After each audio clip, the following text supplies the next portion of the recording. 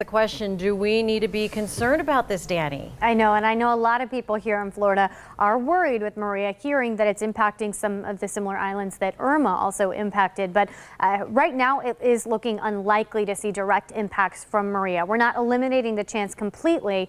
Still have to stay very vigilant, and we will over the next couple of days, and you'll know every single update. But at this point, the track does keep it far east of the Florida Peninsula. Here's a look at Maria. Again, Category 5 as it made landfall in Dominica last night. Then it was downgraded to a Category 4, but as soon as hurricane hunters got out there this morning, they said nope, already back up to a Category 5, and that's where it stands as of the latest update as well. 160-mile-per-hour sustained winds as it tracks toward the Virgin Islands right here and Puerto Rico. There will be a little fluctuation in intensity, 4-5, 4-5 over the next day or two as it heads toward Puerto Rico, but it will stay a catastrophic storm, at least the potential for catastrophic impacts. A Category 4 is not something you want near you, much less a strong Category 4 bordering on Category 5. As it stands, again, headed toward the Virgin Islands as we head toward tonight, and then heading into tomorrow in the direction of Puerto Rico. That turn to the north going to be important again in terms of impacts to Florida, and all the forecast model guidance we've been given so far, it's all saying far east of Florida. Nothing really at this point brings it close to the peninsula. And that's why it's looking more and more unlikely for any impacts from Maria. But I do want to caution you. Of course, there's time for track to change still. There's still the margin of error here.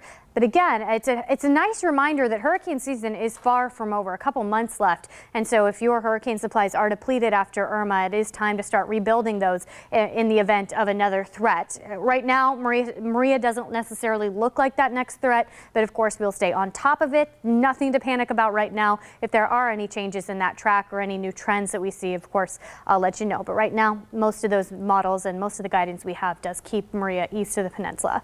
And then there's Jose, still a Category 1 hurricane. Looks like it's headed toward the northeast, right? But the forecast track does loop it back around. That being said, tropical storm warnings are in place for Martha's Vineyard and for Nantucket. So tropical storm conditions are still going to impact portions of the U.S. even if the center takes that turn around. And there's still rip current risk, and there's a lot of heavy surf up and down the east coast. So there will be still impacts felt, even if not a direct hit or landfall from Jose. And Jose yesterday sent us some nice dry air. Not the case today. More moist air moving back in, which means rain chances back in the forecast, and humidity increased a little as well. Here's a look at that satellite and radar. Few spotty showers on the Atlantic side. Here in Southwest Florida, we had one little blip on the radar early this morning near Clewiston. That's long gone. So far we are dry and clear as you head out the door. A few clouds hanging out, but no rain this morning. As far as temperatures go, it's warm. You see mid 70s across the area, upper 70s on Marco Island at 77, 76 for Naples and Cape Coral, 76 in Punta Gorda. Pretty typical start to the morning. And from here we heat up. Highs are going to climb into the low 90s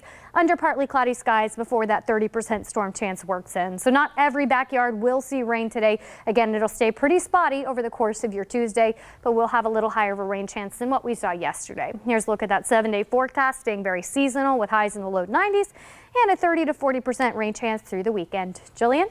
Thank you, Danny.